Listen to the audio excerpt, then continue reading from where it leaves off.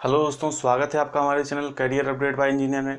मैं हूं रंजन राज और आज हम लोग पढ़ने वाले हैं गैस वेल्डिंग के बारे में। जैसा कि जिन लोगों ने पिछला लेक्चर नहीं देखा तो वो जाके ज़रूर देख लीजिएगा। पिछले लेक्चर में हम लोगों ने आर्क वेल्डिंग में जितने भी तरह की वेल्डिंग होती है, जैसे आप बात करें submerged arc welding, TIG welding, MiG welding, carbon arc welding, सभी चीज़ों को हम लोगों ने पढ़ा था। ठीक है, 1 घंटे से ज़्यादा की क्लास है वो, तो सभी डाउट जो आपके आर्क वेल्डिंग से हैं वो सभी क्या हो जाएंगे, क्लियर हो जाएंगे। ठीक है, तो आइए वीडियो शुरू करते हैं। वीडियो शुरू करने से पहले आपके लिए 2 इन्फॉर्मेशन है कि अब तक हमारी जो फिटर थियरी का फुल कोर्स चल रहा है, ये कोर्स पूरा निःशुल्क है और अब तक इसके 10 लेक्चर हो चुके हैं। ठीक है, तो अगर आप पुराने लेक्चर्स यानी कि प्रीवियस लेक्चर्स आप देखना चाहते हैं तो फिटर थियरी फुल कोर्स 2020 इस नाम से आपको प्लेलिस्ट मिल जाएगा। आप प्लेलिस्ट सेक्शन में जाएंगे चैनल वाले, तो वहाँ पे आपको इस नाम से प्लेलिस्ट मिल जाएगा, फिटर थियरी फुल कोर्स 2020। तो आप जाके वहाँ पे सभी जो पुरानी क्लासेज हैं वो देख सकते हैं। बेसिक से सभी चीज़ें पढ़ाई जा रही हैं। दूसरी बात यह है कि टेलीग्राम ग्रुप में आपको डिस्क्रिप्शन बॉक्स में टेलीग्राम ग्रुप का लिंक मिलेगा, फिटर टेक के नाम से। स्पेशली फिटर वालों के लिए ये ग्रुप जो है फॉर्म किया गया है। यहाँ पे वीक में 3 दिन क्विज ऑर्गेनाइज किया जाता है, तो वहाँ पे आप क्विज में पार्टिसिपेट कर सकते हैं। ये भी बिल्कुल फ्री है, कोई क्विज का चार्ज नहीं है। तो आप वहाँ पे क्विज में पार्टिसिपेट करके अपना टाइम मैनेजमेंट बढ़िया कर सकते हैं और अपनी तैयारी को परख सकते हैं। साथ ही मेरा इंस्टाग्राम अकाउंट है ranjanraj_97। तो अगर आप फॉलो करना चाहें तो फॉलो कर सकते हैं, और अगर आपका करियर से जुड़ा कोई भी सवाल हो तो आप मुझे वहाँ पर मैसेज कर सकते हैं। आइए शुरू करते हैं अपना आज का लेक्चर। ठीक है, तो देखिए, जैसा कि मैंने आपको पहले जब पाठ, ये हमारा वेल्डिंग का तीसरा लेक्चर है। ठीक है, वेल्डिंग का हमारा कौन सा लेक्चर है? वेल्डिंग का हमारा तीसरा लेक्चर है। जैसा कि पहले लेक्चर में मैंने आपको क्या किया था, पहले लेक्चर में मैंने आपको वर्गीकरण करके बताया था कि वेल्डिंग को हम लोग किस आधार पर और कैसे वर्गीकृत करते हैं। तो उष्मा के आधार पर, ठीक है, उष्मा के आधार पर हम लोगों ने वेल्डिंग को, उष्मा के प्रयोग के आधार पर वेल्डिंग को 2 भागों में बांटा था। पहला था फ्यूजन वेल्डिंग और दूसरा था फोर्ज वेल्डिंग। ठीक है, और फ्यूजन वेल्डिंग के अंतर्गत एक बार फिर से देखिए, जो लोग नए जुड़े हैं, फ्यूजन वेल्डिंग को हम लोग ने 3 भागों में बांटा था। पहला क्या था? आर्क था वेल्डिंग, दूसरा था गैस वेल्डिंग और तीसरा था थर्मिट वेल्डिंग। आर्क वेल्डिंग के अंतर्गत हम लोगों ने क्या पढ़ा? Carbon arc welding, TIG welding, MiG welding और क्या क्या पढ़ा? Submerged arc welding. ठीक है, सबमर्ज्ड आर्क वेल्डिंग, ये सभी चीज़ें हम लोगों ने पिछले लेक्चर में देख ली हैं। अब हमारा अगला जो टॉपिक है वो आता है फ्यूजन वेल्डिंग के अंतर्गत हमारा गैस वेल्डिंग। ठीक है, मैंने यहाँ पे कुछ फिगर बनाए हुए हैं, अभी मैं इसको आपको समझाऊंगा। तो आज हम लोग किसके बारे में पढ़ेंगे? गैस वेल्डिंग के बारे में, और नेक्स्ट लेक्चर में हम लोग थर्मिट वेल्डिंग के बारे में पढ़ेंगे। ठीक है, तो आइए शुरू करते हैं गैस वेल्डिंग। ठीक है, और यहाँ से क्या प्रश्न आपसे पूछे जा सकते हैं, सभी चीज़ों को हम लोग क्या करेंगे, पॉइंट वाइज पढ़ेंगे। ठीक है, देखिए, अब जो पहली सबसे चीज़ है वो ये पूछता है कि गैस वेल्डिंग जो हमारी है वो कैसी वेल्डिंग है। ठीक है, तो गैस वेल्डिंग हमारी क्या है? एक फ्यूजन वेल्डिंग है। पहला सवाल यहाँ से बन गया। तो चलिए आइए पॉइंट वाइज हम सभी चीज़ें नोट करते चलते हैं, और आप भी अपना नोट्स लेके बैठिए और सभी चीज़ों को नोट करते हुए चलिए। ठीक है, पहला पॉइंट है गैस वेल्डिंग एक फ्यूजन वेल्डिंग। फ्यूजन को हिंदी में क्या बोलते हैं? संलयन। फ्यूजन यानी कि संलयन क्या है? वेल्डिंग प्रोसेस है, वेल्डिंग प्रोसेस है। ठीक है, आप यहाँ पे लिखिए फ्यूजन वेल्डिंग, और यहाँ पे ऐड कर लीजिए, और एक नॉन प्रेशर वेल्डिंग प्रोसेस है, नॉन प्रेशर वेल्डिंग प्रोसेस है। ठीक है, क्योंकि इसमें हम लोग किसी प्रेशर को अप्लाइड नहीं करते हैं, बस धातु को पिघलाते हैं। किसकी सहायता से? गैस की सहायता से। और वहाँ पे जहाँ पे भी हमने कैविटी बनाया है, जहाँ पे भी हमको वेल्डिंग करनी है, हम क्या कर लेते हैं? वेल्डिंग ज्वाइंट प्राप्त कर लेते हैं। तो पहला ये यहाँ से प्रश्न बनता है, कैसा वेल्डिंग प्रोसेस है? फ्यूजन वेल्डिंग प्रोसेस है। अब बात करें गैसों का प्रयोग, कौन सी गैस का प्रयोग जो है गैस वेल्डिंग में किया जाता है? तो गैस वेल्डिंग में हम लोग मुख्यतः क्या करते हैं? एसिटिलीन। ठीक है, एसिटिलीन, और एसिटिलीन का फार्मूला क्या होता है? C2H2, और ऑक्सीजन गैस का प्रयोग करते हैं। ऑक्सीजन गैस का प्रयोग करते हैं। ठीक है, ये दूसरा प्रश्न है, किसका प्रयोग करते हैं? ऑक्सीएसिटिलीन। तो इस जो वेल्डिंग है जिसमें एसिटिलीन और ऑक्सीजन का हम लोग उपयोग करते हैं, इसको हम किस नाम से जानते हैं? इसको हम जानते हैं ऑक्सी एसिटिलीन गैस वेल्डिंग। सभी चीज़ें मैं पढ़ाऊंगा। वेल्डिंग मेथड भी यहाँ से बहुत ज़्यादा प्रश्न बनते हैं, forward welding method, right word welding method, vertical welding method, तो वो भी हम लोग इस लेक्चर में कवर करने की कोशिश करेंगे। ठीक है, अब देखिए जो और गैसेज होती हैं, जैसे हमारा क्या हो गया? Propane gas. ठीक है, प्रोपेन हो गया, हाइड्रोजन हो गया, वाटर गैस हो गया, इसका भी प्रयोग हम लोग क्या कर सकते हैं? गैस वेल्डिंग में कर सकते हैं। लेकिन जो इनके द्वारा तापमान जनरेट होता है, यानी कि जो टेम्परेचर जनरेट होता है, वो कम होता है। तो इन गैसों का उपयोग हम लोग क्या करते हैं?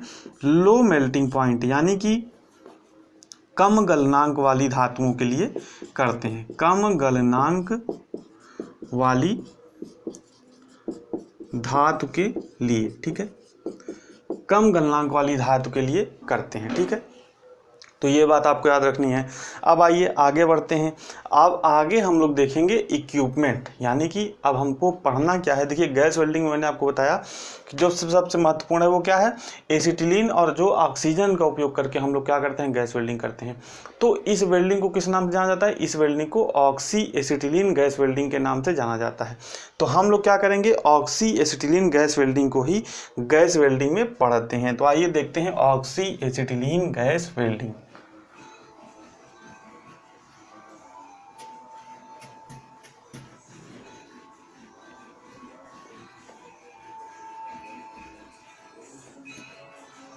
Oxy acetylene gas welding. अब देखिए इसके अंतर्गत हम लोग सबसे पहले क्या देखेंगे? इसका इक्विपमेंट देखेंगे कि इसमें क्या क्या इक्विपमेंट प्रयोग होते हैं। तो आप हेडिंग डाल लीजिए गैस वेल्डिंग के अंतर्गत oxy acetylene gas welding. Oxy acetylene gas welding. ठीक है, अब यहां पे आप हेडिंग डालिए अगला, उपकरण यानी कि इक्विपमेंट, इक्विपमेंट यूज्ड। इसमें कौन कौन से इक्विपमेंट का उपयोग किया जाता है। ठीक है, तो सबसे पहला देखिए, सबसे पहला हमारा क्या हो जाएगा? सबसे पहला हो जाएगा हमारा गैस सिलेंडर। सबसे पहला जो इक्विपमेंट होता है यह है हमारा गैस सिलेंडर। यहाँ से बहुत ज़्यादा प्रश्न बनते हैं। अब गैस सिलेंडर, दो गैसेज हैं हमारी, पहला है एसिटिलीन और दूसरा है ऑक्सीजन। तो हमको क्या चाहिए? दो गैस सिलेंडर चाहिए। एक तरफ क्या हो गया? C2H2 और एक तरफ क्या हो गया? O2। तो अब अलग अलग हम लोग इन बारे में पढ़ेंगे, कैसा कलर होता है, कौन सा वाल्व उपयोग होता है। तो सबसे पहले हम लोग इसमें देखते हैं कि जो सिलेंडर का हमारा कंस्ट्रक्शन है, इसमें कौन कौन सी चीज़ें हमारी इंक्लूड होती हैं। तो देखिए पहला यहाँ पे जो लगा होता है यह है हमारा pressure regulating, pressure regulating screw. ठीक है, ये जो हमारा क्या है? ये है हमारा, ये वाला जो पार्ट है, ये आप जो पार्ट देख रहे हैं, ये हमारा क्या है? Pressure regulating screw. यानी कि इसकी सहायता से हम प्रेशर को कम या ज़्यादा कर सकते हैं कि किस प्रेशर पर हमको जो एसिटिलीन या ऑक्सीजन है। अब मैं दो सिलेंडर नहीं बना रहा हूँ, आप जो बस सिलेंडर रहेगा दोनों का सेम ऐसे रहेगा, क्या चीज़ें अलग रहेंगी मैं यहाँ पे आपको लिख के बताऊँगा। ठीक है, ये हमारा क्या है? Cylinder pressure. आपको अगर चीज़ें नहीं दिख रही थोड़ी सी क्लियर, क्योंकि छोटा छोटा मैं लिख रहा हूँ, तो आप सुनते रहिए। ये हमारा जो गेज है सिलेंडर प्रेशर गेज है ये। ठीक है, सिलेंडर प्रेशर गेज, यानी कि ये गेज हमारा क्या बताता है कि जिस दाब पर हमारी एसिटिलीन सिलेंडर में क्या है? संचित है, हमारा ये वाला प्रेशर गेज इसको बताता है। ये वाला जो प्रेशर गेज है इसको क्या बोलते हैं?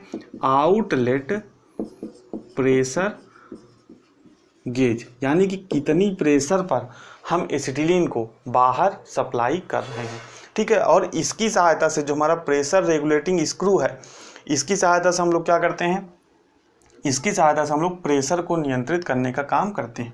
ठीक है, यहाँ पे हमारा लगा होता है वाल्व। ठीक है, ये आपको जो रेड कलर का दिख रहा है ये क्या है, ये हमारा वाल्व है, जिसकी सहायता से हम कितना गैस सप्लाई करना है, कितनी मात्रा में सप्लाई करना है, कम या ज़्यादा करना है, उसको हम लोग नियंत्रित करने का काम करते हैं। और ये है हमारा होज। होज हमारा किससे जाके जुड़ता है, होज हमारा जाके जुड़ता है वेल्डिंग टॉर्च में, जहाँ पर हमारी क्या होती है, दोनों गैसों का मिक्सचर होता है।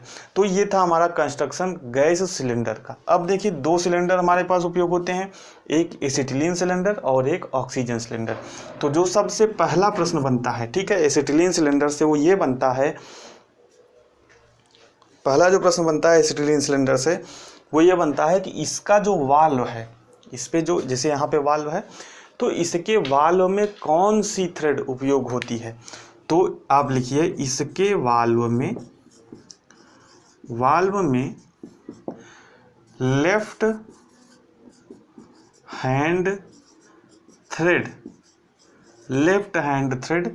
प्रयोग होती है। पहला प्रश्न बहुत ज़्यादा पूछने वाला प्रश्न, बहुत ज़्यादा पूछा जाने वाला प्रश्न कि एसिटिलीन सिलेंडर के वाल्व में कैसी थ्रेड प्रयोग होती है। तो एसिटिलीन सिलेंडर के वाल्व में लेफ्ट हैंड थ्रेड प्रयोग होती है।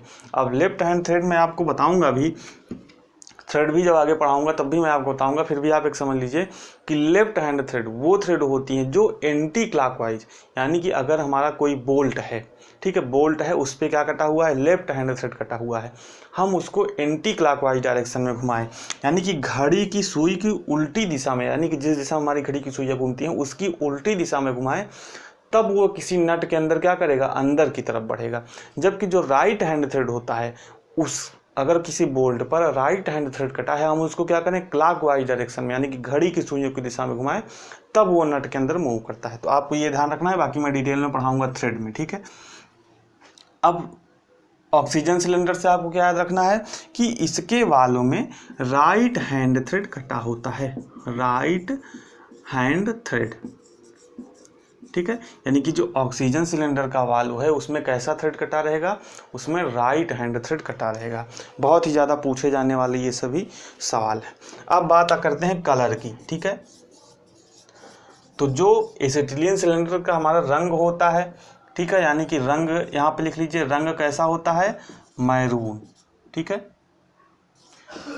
इसका जो कलर कैसा होता है, मैरून कलर का। जबकि अगर हम बात करें जो हमारा ऑक्सीजन सिलेंडर का रंग होता है वो कैसा होता है, ब्लैक, यानी कि काला। ठीक है, ऑक्सीजन सिलेंडर का हमारा रंग कैसा होता है, ऑक्सीजन सिलेंडर का हमारा रंग होता है काला। अब आइए हम लोग, ये हमारा जो सिलेंडर था, पहला इक्विपमेंट, ये हम लोगों ने क्या देखा, ये हमारा पहला इक्विपमेंट था सिलेंडर का जो गैस वेल्डिंग में था।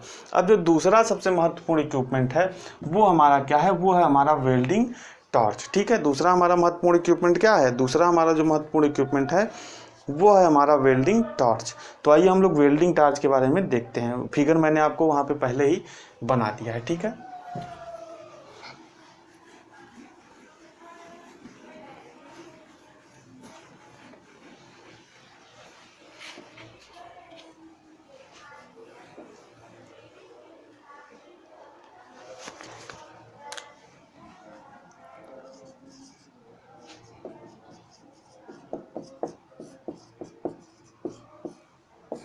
अब वेल्डिंग टॉर्च क्या होता है, तो देखिए जो हमारा ये होज निकलेगा, ठीक है, यानी कि जो हमारा ये सिलेंडर से होज निकलेगा, ये आके कहाँ जुड़ेगा, ये आके हमारा जुड़ेगा वेल्डिंग टॉर्च से। ठीक है, और एक जो हमारा ऑक्सीजन का सिलेंडर का होज रहेगा वो भी आके यहाँ से जुड़ेगा। अब देखिए यहाँ पे जो मैंने दिखाया है रेड कलर से, किसको दिखाया है, एसिटिलीन को दिखाया है, और ब्लैक कलर से किसको दिखाया है, ऑक्सीजन को दिखाया है। क्योंकि एसिटिलीन सिलेंडर का रंग कैसा होता है, मैरून, तो आप इसको मैरून मान सकते हैं, और ऑक्सीजन सिलेंडर का रंग कैसा होता है, काला, तो ये काला से मैंने जो है दिखाया गया है। अब जब दोनों गैसेस आती हैं, यानी कि इधर से एसिटिलीन आया और इधर से ऑक्सीजन आया, तो दोनों गैसेस कहाँ पे आती हैं, मिक्सिंग चैम्बर में।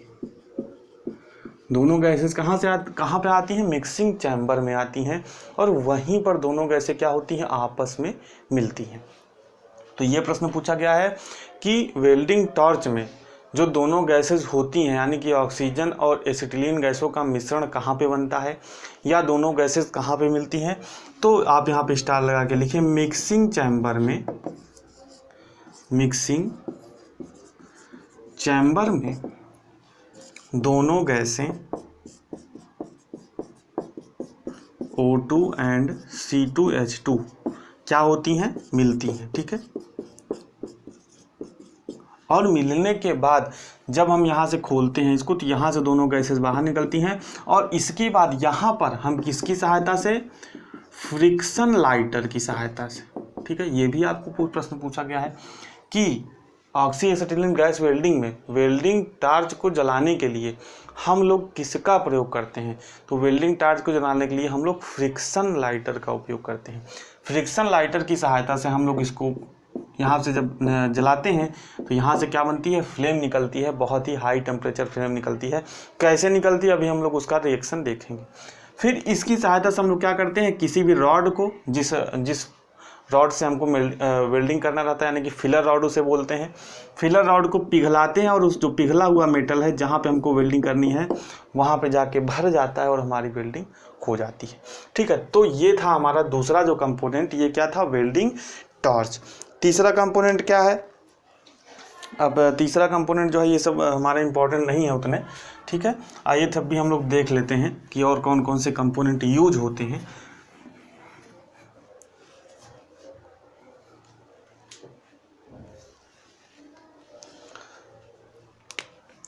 तीसरा जो है हमारा होज एंड होज फिटिंग। ठीक है, यानी कि हमारी जो होजेस होती हैं इनकी होज फिटिंग होती है। चौथा हो गया भैया गॉगल्स आप लगा लीजिए सेफ्टी के लिए। ठीक है, पांचवा एप्रन हो गया, ये सब आप पहन के तब वेल्डिंग किया जाता है। तो ये सब हमारे किस में आएंगे, इक्विपमेंट में ही आएंगे। छठवें नंबर पे क्या आ गया हमारा, चिपिंग हैमर आ गया, चिपिंग हैमर यानी कि चिप्स को क्या करने के लिए, निकालने के लिए। उसके बाद सातवें नंबर पर हमारा क्या आ गया, वायर ब्रश आ गया। ठीक है, यानी कि वेल्डिंग करने के बाद सफाई वगैरह करने के लिए ये सभी चीज़ें जो है उपयोग की जाती। तो ये था हमारा वेल्डिंग इक्विपमेंट। अब आइए हम लोग देखते हैं कि कैसे, कौन सा रिएक्शन होता है जिसके कारण क्या होता है, हमारी वेल्डिंग होती है, कैसे इतनी हीट जनरेट होती है। ठीक है, तो आइए अब उसको देखते हैं। सभी चीज़ें आपको पढ़ाऊंगा और मैंने आपको जैसे पहले भी बताया था कि यहाँ पर शॉर्ट में कुछ नहीं है। शॉर्ट के चक्कर में पढ़ेंगे तो आप कोई भी, हाँ ये बात है कि अगर आप सेमेस्टर एग्ज़ाम दे रहे हैं किसी भी, जैसे ITI का फर्स्ट ईयर का, सेकेंड ईयर का, सेमेस्टर का, तो शॉर्टकट वहाँ पे चल जाता है क्योंकि वहाँ पे आपको क्या होता है, पास होना रहता है। आपने 20 मिनट 25 मिनट कोई टॉपिक पढ़ा, बस जाके वही लिख दिया, कुछ ना कुछ अपने मन से लिख दिया, आपको नंबर मिल गया, आप वहाँ पे पास हो जाते हैं। ठीक है, अगर आप कॉलेज स्टूडेंट हैं। लेकिन अगर आप बात करें किसी भी कंपटीशन की तो वहाँ पे क्या होना चाहिए, वहाँ पे जो आपके सभी मतलब कॉन्सेप्ट हैं वो क्लियर होने चाहिए। और कॉन्सेप्ट क्लियर तब होते हैं जब आप उसमें बाकायदा प्रॉपर समय देते हैं, चीज़ों का गहन अध्ययन करते हैं। तो इसलिए जो भी चीज़ें मैं पढ़ाने की कोशिश करता हूँ वो आपको यही कोशिश करता हूँ कि अच्छे से पढ़ाई जाए, यानी कि काम चलाऊ नहीं, डिटेल में पढ़ाई जाए। यानी कि मैं अपनी तरफ से पूरी कोशिश करता हूँ। मैं नहीं कहता हूँ मैं बहुत अच्छा ही पढ़ाता हूँ, लेकिन मेरी पूरी कोशिश अपने तरफ से यही होती है कि सभी चीज़ें आपको डिटेल में पढ़ाई जाएँ और बहुत ही अच्छे से पढ़ाई जाएँ। जहाँ से प्रश्न पिछले परीक्षाओं में पूछे गए हैं उनको भी मैं इंक्लूड करने की पूरी कोशिश करता हूँ। ठीक है, अब देखिए दो गैसेज होती हैं ऑक्सी एसिटिलीन में, ऑक्सी एसिटिलीन गैस वेल्डिंग में ऑक्सीजन हो गया और C2H2 हो गया। तो O2 कैसा काम करता है, ऑक्सीडाइजर का काम करता है, ऑक्सीडाइजर का काम करता है। जबकि जो C2H2 है हमारा किसका काम करता है, फ्यूल का काम करता है, यानी कि ईंधन का काम करता है। और इनके बीच क्या होती है, इनके बीच होती है एक केमिकल रिएक्शन। देखिए केमिकल रिएक्शन, देखिए C2H2 प्लस क्या हो गया O2। जब इसका केमिकल रिएक्शन कराएंगे तो क्या बनेगा हमारे पास बनेगा 2CO प्लस H2 और उष्मा जनरेट होगी कितनी, लगभग 3300 डिग्री सेंटीग्रेड। बहुत ही ज़्यादा आपके लिए इम्पॉर्टेंट है। ठीक है, कि गैस वेल्डिंग में लगभग कितना तापमान जनरेट होता है, तो आपको ऑप्शन थोड़ा सा चेक करना है। वहाँ पे आपको 3150 से 3300 डिग्री सेंटीग्रेड में जो ऑप्शन दिया रहेगा वही ऑप्शन आपको टिक करना है। ठीक है, यानी कि 3000 लिया रहेगा तो वो नहीं करना है। लगभग जो टेम्परेचर जनरेट होता है वो कितना होता है 3150 से 3300 डिग्री सेंटीग्रेड। और ये हमारा फ्लेम पर डिपेंड करता है कि हम कार्बोराइजिंग फ्लेम उपयोग कर रहे हैं, ऑक्सीडाइजिंग फ्लेम उपयोग कर रहे हैं कि न्यूट्रल फ्लेम उपयोग कर रहे हैं। लेकिन अगर बात करें पूरे असेंबली टेम्परेचर की तो 3150 से 3300 डिग्री सेंटीग्रेड तक हमारा क्या जनरेट होता है, इसमें टेम्परेचर जनरेट होता है। ठीक है, अब देखिए जब हमारा ये रिएक्शन बन गया, ठीक है, मैं इसको इरेज कर दे रहा हूँ। जब हमारा ये रिएक्शन बन गया और हमको क्या मिल गया, 3300 डिग्री सेंटीग्रेड टेम्परेचर जनरेट हो गया, तो इसी टेम्परेचर की सहायता से हम फिलर रॉड को क्या करते हैं, पिघलाते हैं और उसकी सहायता से वेल्डिंग करते हैं। लेकिन एक बात और, जो यहाँ पे ये दोनों गैसेस बनी यानी कि 2CO + H2, ये भी खाली नहीं बैठती हैं, ये भी अपना कुछ ना कुछ क्या करती हैं, ये भी अपना कुछ ना कुछ काम करती हैं। और ये काम क्या होता है, ये 3 ऑक्सीजन यानी कि वायुमंडल में जो ऑक्सीजन है 3 ऑक्सीजन को अपने साथ और जोड़ लेती हैं और क्या बनाती हैं, 2CO2 + H2O। ठीक है, यानी कि ये जो गैसेस हैं ये क्या कर लेती हैं अपने साथ, यानी कि ये गैस निकली 2CO यानी कि कार्बन मोनोऑक्साइड है और हाइड्रोजन, ये दोनों गैसेस जब क्या जाएंगे, एटमॉस्फेयर में ही तो जाएंगी, क्योंकि हम लोग वायुमंडल में ही वेल्डिंग करेंगे। तो यहाँ से क्या करेंगी, 3 ऑक्सीजन और ले लेंगी और क्या बनाएंगी, 2CO2 यानी कि कार्बन डाइऑक्साइड और जल, ये बनाएंगी। अब देखिए ये जो मिश्रण बना, ठीक है, ये जो मिश्रण हमारा बना ये क्या काम करेगा, ये जो हमारा मिश्रण बना ये अक्रिय गैस की तरह व्यवहार करता है, अक्रिय गैस की तरह, अक्रिय गैस की तरह व्यवहार करता है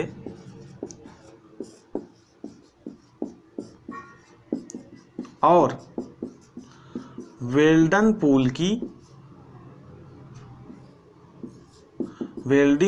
की मैंने पिछले लेक्चर में वेल्डिंग पूल या वेल्डिंग बीड बताया था। ठीक है, और अक्रिय गैस भी बताया था, सभी चीज़ें पिछले लेक्चर में है तो इसलिए इसको ज़्यादा डिटेल में मैं नहीं बताऊंगा।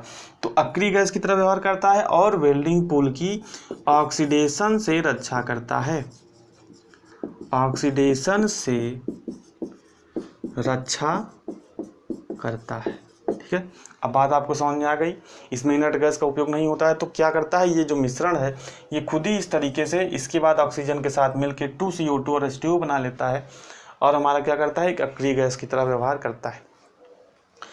अब टाइम तो ज़्यादा लग जाएगा लेकिन ये भी सुन लीजिए कि CO2 बनने के बाद क्यों अक्रिय गैस की तरह व्यवहार करता है। अब देखिए जो CO2 का एटॉमिक वेट कितना होता है, 44। ठीक है, CO + O2 का कितना हो गया, 32 हो गया, और ऑक्सीजन का कितना हो गया, 12। एटॉमिक वेट यानी कि परमाणु भार कितना हो गया, 44।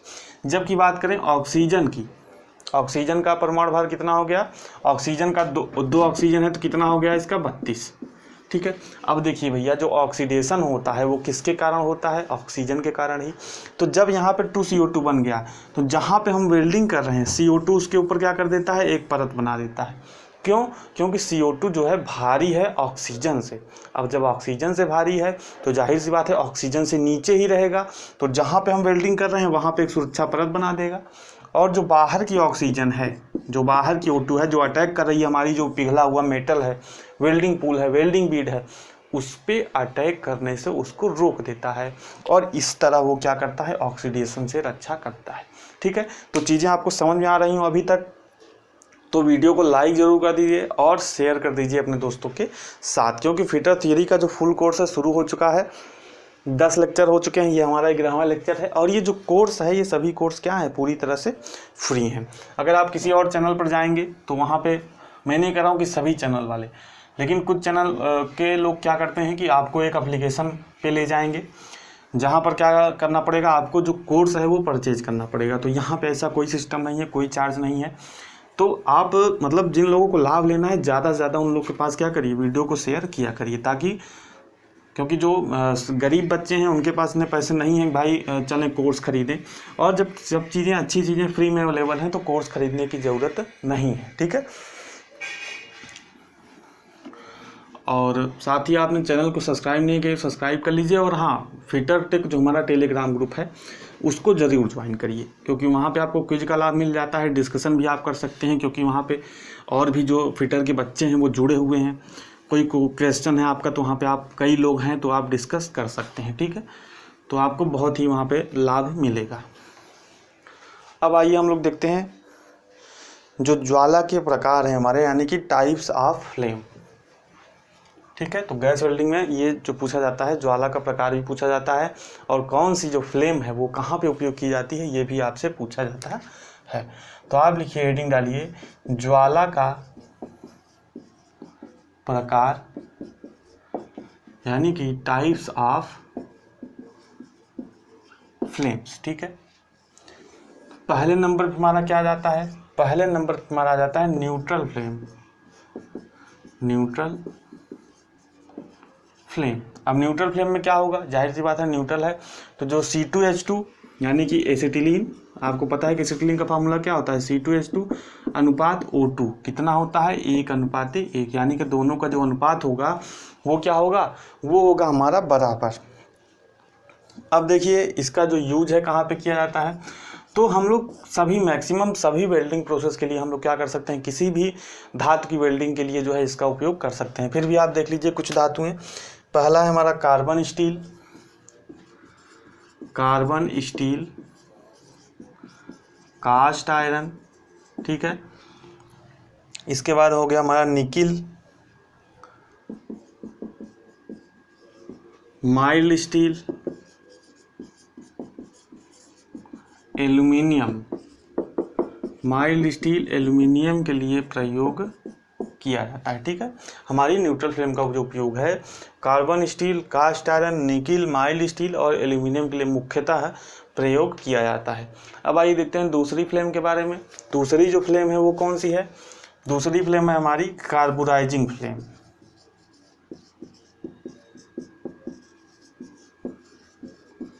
अब इसमें क्या है, जैसा कि नाम से ही स्पष्ट है कार्बोराइजिंग फ्लेम, इसमें क्या होगा, इसमें जो C2H2 होगा वो ग्रेटर देन होगा O2, यानी कि जो सप्लाई हो रही है वेल्डिंग टॉर्च में C2H2 को ज़्यादा सप्लाई किया जाएगा, O2 को कम किया जाएगा। तो अगर C2H2 यानी कि मान लीजिए 2:1 हो जाएगा या 1.5:1 हो जाएगा, यानी कि हमेशा जो C2H2 यानी कि जो एसिटिलीन की मात्रा रहेगी वो क्या रहेगी, ऑक्सीजन से ज़्यादा रहेगी। अब बात करते हैं यूज की।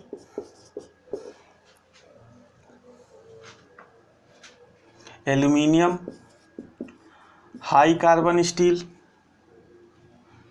एलॉय स्टील,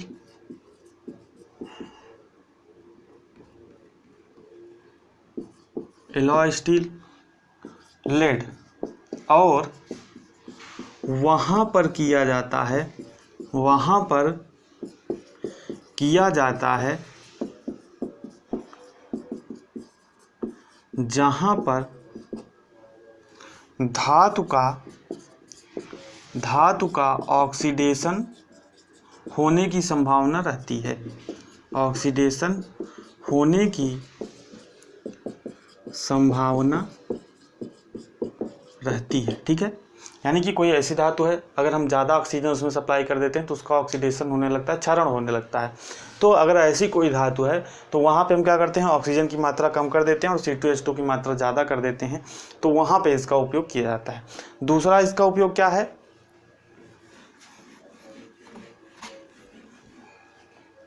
दूसरा जो उपयोग है कार्बोराइजिंग फ्लेम का, ये भी लिखिए, सतह कठोरीकरण में, ये भी प्रश्न पूछा गया है, सतह कठोरीकरण में इसका उपयोग किया जाता है, फ्लेम हार्डनिंग, ठीक है। यानी कि फ्लेम हार्डनिंग में, फ्लेम हार्डनिंग में, ठीक है। अब आपसे पूछेगा कि फ्लेम हार्डनिंग में हम किस ज्वाला का उपयोग करते हैं, कार्बोराइजिंग ज्वाला, न्यूट्रल फ्लेम या ऑक्सीकारक ज्वाला, भी ऑक्सीकारक ज्वाला हम लोग आगे पढ़ेंगे। तो सतह कठोरीकरण करने में, ठीक है, हम लोग क्या करते हैं, फ्लेम की सहायता से सतह को गर्म कर देते हैं, फिर उस पर पानी का छिड़काव या ऑयल का छिड़काव कर देते हैं, तो वो हमारी जो सतह है वो क्या हो जाती है, वो हार्ड हो जाती है, ठीक है। अब आइए तीसरा हम लोग पढ़ते हैं, तीसरा और लास्ट हमारा क्या है, ऑक्सीडाइजिंग फ्लेम यानी कि ऑक्सीकारक ज्वाला, और इसके बाद हम लोग पढ़ेंगे वेल्डिंग मेथड्स के बारे में, यानी कि गैस वेल्डिंग मेथड्स के बारे में हम लोग इसके बाद पढ़ेंगे। ठीक है,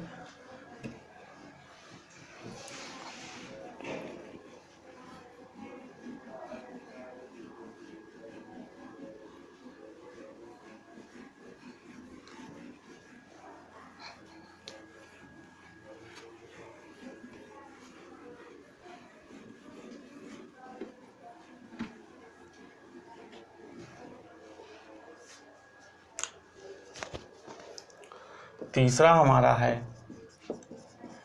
ऑक्सीकारक ज्वाला, यानी कि ऑक्सीडाइजिंग फ्लेम। ठीक है, अब इसमें क्या होगा, O2 ज़्यादा होगा किससे, एसिटिलीन से, यानी कि 1.5 अनुपात 1 होगा या 2 अनुपात 1 होगा, यानी कि ऑक्सीजन क्या रहेगा, हमेशा ज़्यादा रहेगा। अब आइए देखते हैं इसका उपयोग कहाँ पे किया जाता है। मुख्यतः ब्रास यानी कि पीतल एंड ब्रॉन्ज यानी कि कांसा के साथ इसका उपयोग किया जाता है, पहला उपयोग। ठीक है, दूसरा क्या है, धातु कटिंग में, धातु कटिंग में। ठीक है, यानी कि मेटल कटिंग में, मेटल कटिंग में इसका उपयोग किया जाता है, ना कि धातुओं को काटने के लिए जो ज्वाला प्रयोग की जाती है वो कौन सी ज्वाला होती है, वो होती है हमारी ऑक्सीकारक ज्वाला यानी कि ऑक्सीडाइजिंग फ्लेम। ये दोनों प्रश्न कई बार पूछे गए हैं, ब्रास और ब्रांज से भी प्रश्न पूछा गया है कि ब्रास की वेल्डिंग में किस ज्वाला का प्रयोग किया जाता है, तो ब्रास की वेल्डिंग में जो हमारा ऑक्सीडाइजिंग फ्लेम का उपयोग किया जाता है। ब्रॉन्ज की वेल्डिंग में किस ज्वाला का प्रयोग किया जाता है, तो ब्रॉन्ज की वेल्डिंग में हमारा ऑक्सीकारक ज्वाला का प्रयोग किया जाता है। धातु कटिंग में किस ज्वाला का उपयोग किया जाता है, धातु कटिंग में हमारा ऑक्सीकारक ज्वाला का उपयोग किया जाता है। और प्रश्न अगला पूछता है कि धातु कटिंग में जो धातु कट जाती है वो किस कारण से कट जाती है, तो आप यहाँ पे नोट करके लिखिए, नोट करके लिखिए, गैस कटिंग या मेटल कटिंग। मेटल कटिंग में धातु गहन ऑक्सीकरण यानी कि बहुत ही ज़्यादा ऑक्सीडेशन होने के कारण उसका क्षरण इतनी जल्दी हो जाता है कि वो हमारी धातु क्या हो जाती है, वो हमारी धातु कट जाती है। धातु किस कारण से कट जाती है, गहन ऑक्सीकरण के कारण। तो आप ये जो है चीज़ नोट कर लीजिए, गहन ऑक्सीकरण के कारण। गैस कटिंग, मेटल कटिंग में धातु गहन ऑक्सीकरण के कारण कट जाती है।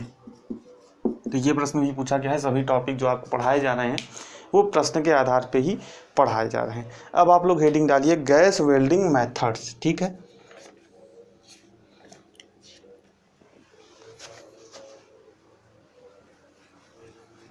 ये भी बहुत ज़्यादा इम्पोर्टेंट टॉपिक है और यहाँ से भी प्रश्न बनते हैं। ठीक है,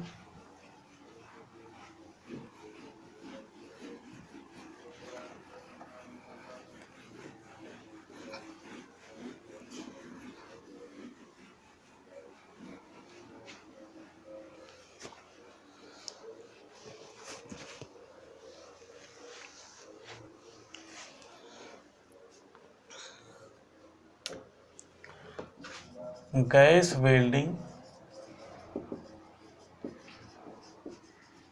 मेथड्स। ठीक है, अब इसमें हमारा कौन होता है, 3 तरह के मेथड मुख्यतः होते हैं, left ward welding method, right ward welding method और वर्टिकल वेल्डिंग मेथड। तो सबसे पहले हम लोग क्या पढ़ेंगे, लेफ्ट वार्ड वेल्डिंग मेथड और राइट वार्ड वेल्डिंग मेथड के बारे में पढ़ेंगे। तो आप पहला इधर लिख लीजिए, लेफ्ट वार्ड वेल्डिंग मेथड। ठीक है, और इधर लिख लीजिए राइट वार्ड वेल्डिंग मेथड। आप कंपैरिजन करके पढ़ेंगे दोनों का तो आपको चीज़ें ज़्यादा समझ में आएंगी। Right ward welding method. ठीक है, ठीक है। अब आइए देखिए, सबसे पहले आपको एक फिगर देखना पड़ेगा। फिगर से ही क्या बनता है, हमारा प्रश्न बनता है।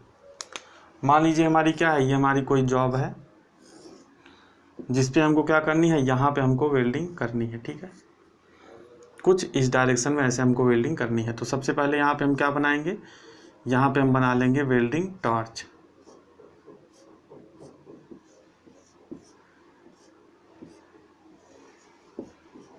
ठीक है, और ये हमारी क्या है, ये हमारी है फिलर रॉड, ठीक है।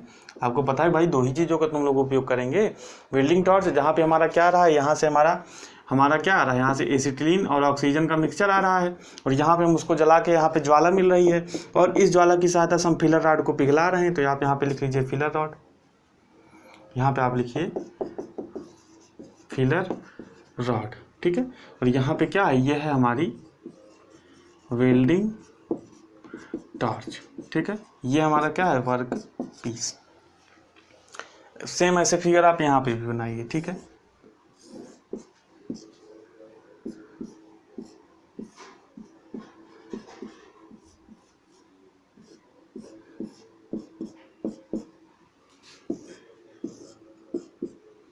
यही चीज़ें हैं, यहाँ पे भी क्या है, हमारा फिलर रॉड है, यहाँ पे हमारा क्या है, वेल्डिंग टॉर्च है,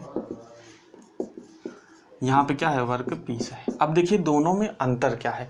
पहला यहाँ पे जो हम लोग देख रहे हैं क्या है, मैंने थोड़ा सा रा फिगर बनाया है ताकि आपका समय बचे, तो आप चीज़ों को समझ लीजिएगा।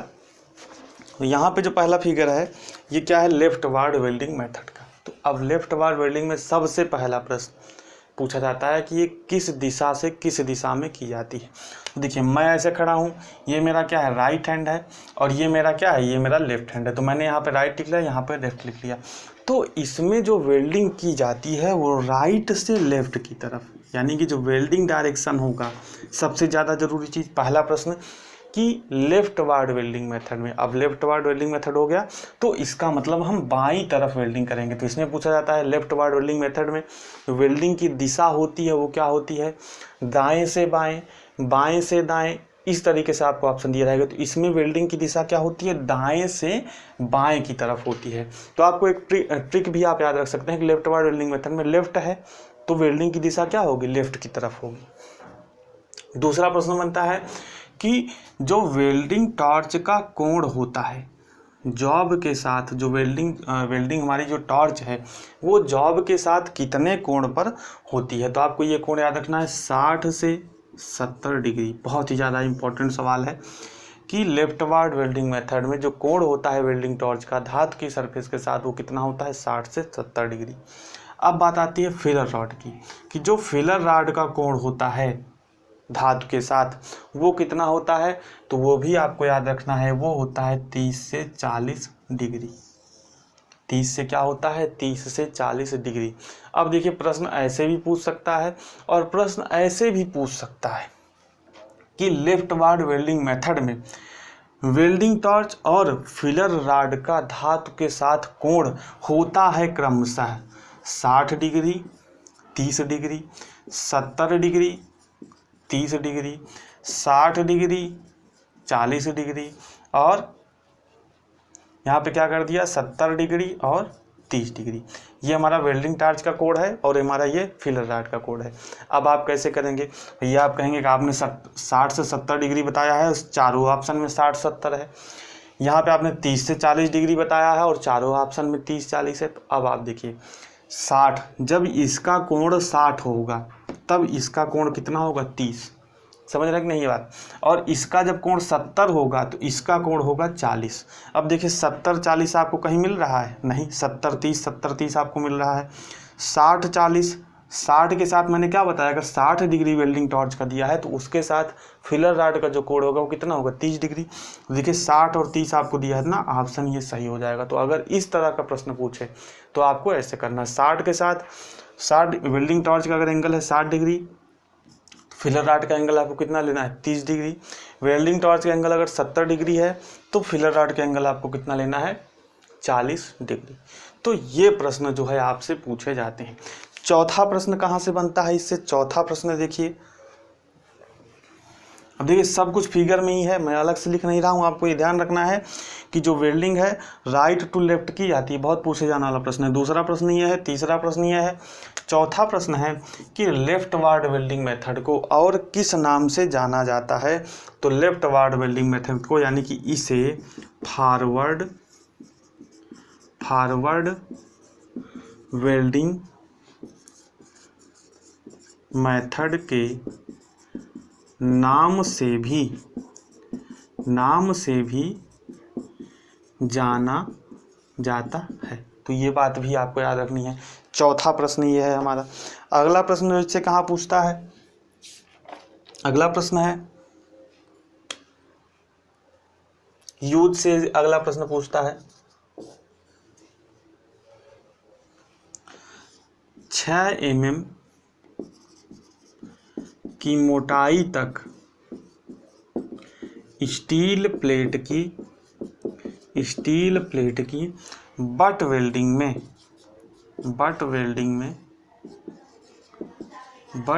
में इसका प्रयोग किया जाता है।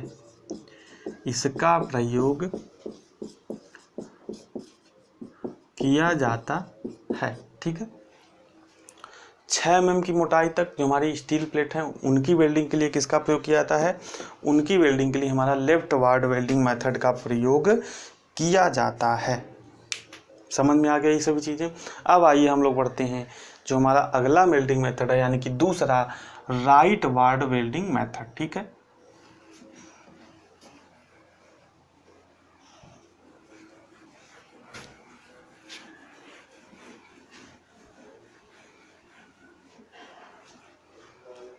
देखिए राइट वार्ड वेल्डिंग मेथड में क्या हो जाएगा, जस्ट जो दिशा होगी वो क्या हो जाएगी, उल्टी हो जाएगी।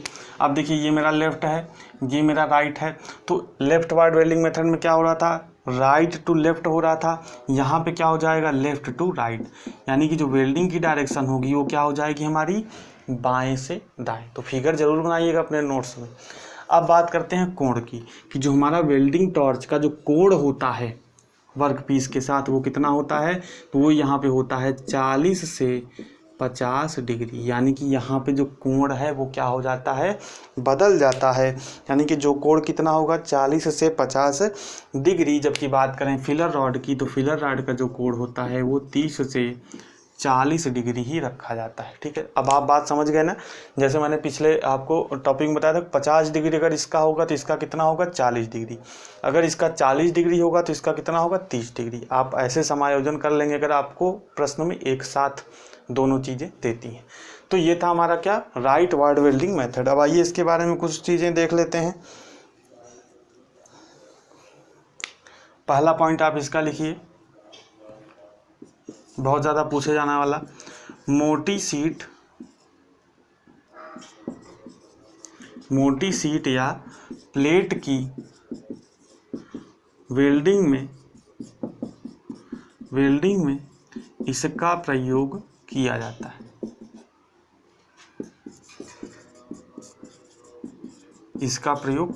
ठीक है। तो आपसे पूछेगा मोटी प्लेटों को वेल्डिंग के लिए किस वेल्डिंग मेथड का प्रयोग किया जाता है, forward welding method, left ward welding method, right ward welding method या वर्टिकल वेल्डिंग मेथड। तो मोटी प्लेटों की वेल्डिंग के लिए क्या किया जाता है, राइट वार्ड वेल्डिंग मेथड का उपयोग किया जाता है। दूसरा प्रश्न क्या है, इसमें गैस और फिलर रॉड का कंजम्पशन यानी कि खपत क्या होती है, कम होती है। खपत कम होती है यानी कि कम गैस हमको लगती है और कम फिलर रॉड जो है लगती है। और तीसरा पॉइंट आप इससे जो है लिख लीजिए, यह एक सस्ती विधि है। सस्ती विधि है मतलब यानी कि इकोनॉमिकल वेल्डिंग मेथड है। तो आपसे पूछे कौन सा इसमें से इकोनॉमिकल वेल्डिंग मेथड है, तो राइट वार्ड वेल्डिंग मेथड हमारा एक इकोनॉमिकल वेल्डिंग मेथड है। ठीक है। तो ये था हमारा दूसरा welding method, right ward welding method. अब आइए हम लोग पढ़ते हैं जो हमारा तीसरा वेल्डिंग मेथड है वो हमारा क्या है, वर्टिकल वेल्डिंग मेथड। ठीक है। आइए उसको हम लोग देखते हैं।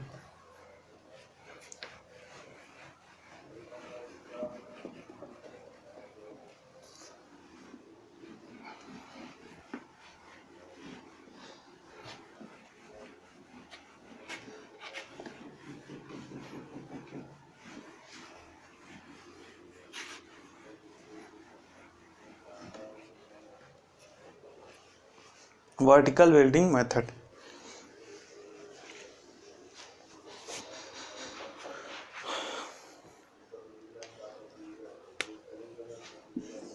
देखिए, अगर आपको चीज़ें समझ में आ रही हैं तो वीडियो को लाइक ज़रूर किया करिए, क्योंकि उसी से हम लोग को क्या मिलता है, मोटिवेशन मिलता है। ठीक है, ताकि हम लोग क्या करें और जो है दम लगा के और दम लगाएं क्लासेस को बनाने में, ज़्यादा से ज़्यादा क्लासेस प्रोवाइड करने का प्रयास करें।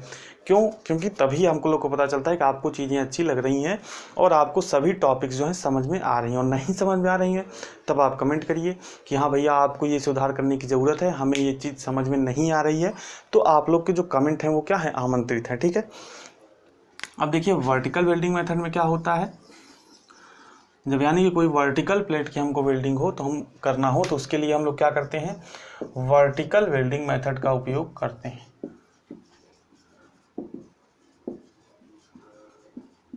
वर्टिकल वेल्डिंग मेथड का उपयोग करते हैं। यहाँ पे देखिए, अब सबसे पहले क्या पूछी जाती है, यहाँ पे भी डायरेक्शन पूछी जाती है। तो यहाँ पे आपको डायरेक्शन याद रखना है, यानी कि नीचे से ऊपर की ओर, नीचे से ऊपर की ओर वेल्डिंग की जाती है। जैसे वर्टिकल हमने प्लेट रख दिया तो हम ऊपर से वेल्डिंग नहीं शुरू करेंगे, हम कहाँ से वेल्डिंग शुरू करेंगे, हम नीचे से वेल्डिंग शुरू करते हैं, यानी कि बॉटम टू अप। ठीक है, यानी कि नीचे से ऊपर की ओर वेल्डिंग करते हैं। तो आप भी अपने नोट्स में क्या करिएगा, एक ऐसा फिगर बना लीजिएगा। अब इससे जो महत्वपूर्ण पॉइंट है, आइए हम लोग वो देखते हैं। पहला पॉइंट है, किसी भी मोटाई की प्लेट वेल्ड की जा सकती है।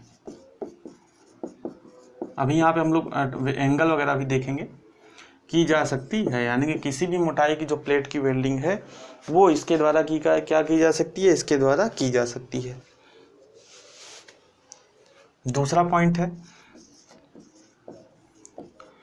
इस प्रकार के वेल्डिंग में किसी भी प्रकार के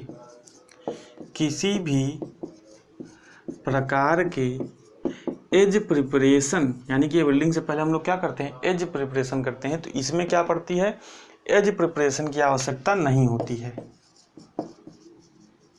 एज प्रिपरेशन की आवश्यकता नहीं होती है। तीसरा पॉइंट आप लिखिए। तीसरा पॉइंट इससे क्या है, इसमें मैंने आपको बता ही दिया कि वेल्डिंग कहाँ से शुरू की जाती है, बॉटम से शुरू की जाती है। तो फिगर में आप बना लीजिएगा, चाहे आप लिख ही लीजिए तीसरे पॉइंट में, वेल्डिंग बॉटम यानी कि नीचे से शुरू की जाती है। ठीक है, वेल्डिंग कहाँ से शुरू की जाती है, वेल्डिंग बॉटम से, यानी कि नीचे से शुरू की जाती है। चौथा पॉइंट क्या है, फिलर रॉड आगे चलती है और ब्लो पाइप, या ब्लो पाइप को ही हम लोग क्या बोलते हैं, वेल्डिंग टॉर्च, उसको फॉलो करती है। यानी कि आप जैसे भैया नीचे से ही वेल्डिंग शुरू करेंगे तो यहाँ पे हमारा दिखा नहीं सकता मैं, क्योंकि यहाँ पे ये 2D फिगर है। तो यहाँ पे हमारी वेल्डिंग टॉर्च रहेगी और यहाँ पे हमारी क्या रहेगी, फिलर रॉड रहेगी। ठीक है, यानी कि फिलर रॉड हम लोग ऐसे, एक तरह से देखिए, आप चीज़ों को समझने का प्रयास करिए, यानी कि ऐसे, यानी कि किसी एंगल पर हमारी ऐसे फिलर रॉड रहेगी और किसी एंगल पर हमने ऐसे क्या लगाया रहेगा, वेल्डिंग टॉर्च। और ऐसे हम लोग क्या करेंगे, ऐसे वेल्डिंग करेंगे, यानी कि फिलर रॉड हमारी आगे आगे चलेगी और वेल्डिंग टॉर्च हमारी क्या करेगी, वेल्डिंग टॉर्च उसको फॉलो करने का काम करेगी। ठीक है, अब आइए देखते हैं इसमें जो एंगल्स हमारे लिए महत्वपूर्ण है, वो जो कोण है, जैसे वहाँ पे वेल्डिंग टॉर्च का कोण था, फिलर रॉड का कोण था, वैसे यहाँ पे भी क्या है, यहाँ पे भी कोण है। तो आइए उन कोण को हम लोग देख लेते हैं और हमारा ये टॉपिक ख़त्म हो जाएगा गैस वेल्डिंग का। और कुछ प्रश्न मैं देने का प्रयास करूंगा, अच्छे जो सिलेक्टेड प्रश्न हैं वो मैं आपको टेलीग्राम ग्रुप में दे दूंगा। तो आप वहाँ से, अभी तो हमारा क्विज भी चल रहा था, वेल्डिंग बेस हमारा क्विज भी चल रहा था, तो बहुत लोग वहाँ से जुड़े जो क्वेश्चन हैं उसको नहीं कर पा रहे थे। तो अब आप जाके देखिएगा आप कौन से क्वेश्चन नहीं कर पा रहे थे और कौन से क्वेश्चन आपको इस वीडियो को देखने के बाद आसानी से हो जा रहे हैं। तो आइए देखते हैं कुछ प्रमुख कोण वगैरह जो है उसको देख लेते हैं। Blow pipe and filler rod angles for different thickness of plate, यानी कि अगर इसमें प्लेट की मोटाई अलग अलग हो तो उसके लिए जो एंगल होता है वो क्या होता है, अलग अलग होता है। किसका? वेल्डिंग टॉर्च का। तो आइए देखते हैं कितने मोटाई तक कितना एंगल हमारा प्रयोग होगा। यहाँ पे लिखिए फॉर 1.6 mm थिक प्लेट, यानी कि जो अगर प्लेट की मोटाई है कितना है 1.6 mm, तो जो एंगल होगा वेल्डिंग टॉर्च का, तो आप यहाँ पे हेडिंग लिख भी लीजिए, welding torch angle, welding torch angles. ठीक है, ये वेल्डिंग टॉर्च का हम लोग लिखना है कि पहला क्या है, अगर 1.6 mm तक हो प्लेट की मोटाई तो कितना होगा 25 डिग्री। ठीक है, for up to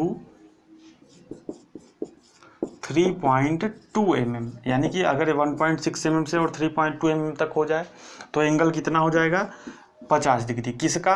welding torch का। ठीक है, वेल्डिंग टॉर्च का। तीसरा क्या है,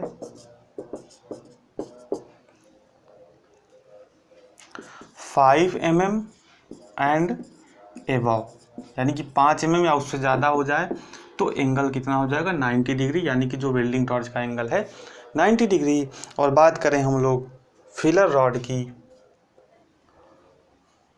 सभी मोटाई के लिए, सभी मोटाई की प्लेटों के लिए फिलर रॉड का कोण एक समान होता है। और कितना होता है? ये होता है 30 डिग्री। ठीक है, यानी कि मोटाई कुछ भी हो प्लेटों की, फिलर रॉड का जो हमारा एंगल है वो हमारा कांस्टेंट रहता है, यानी कि वो एंगल नहीं बदलता है।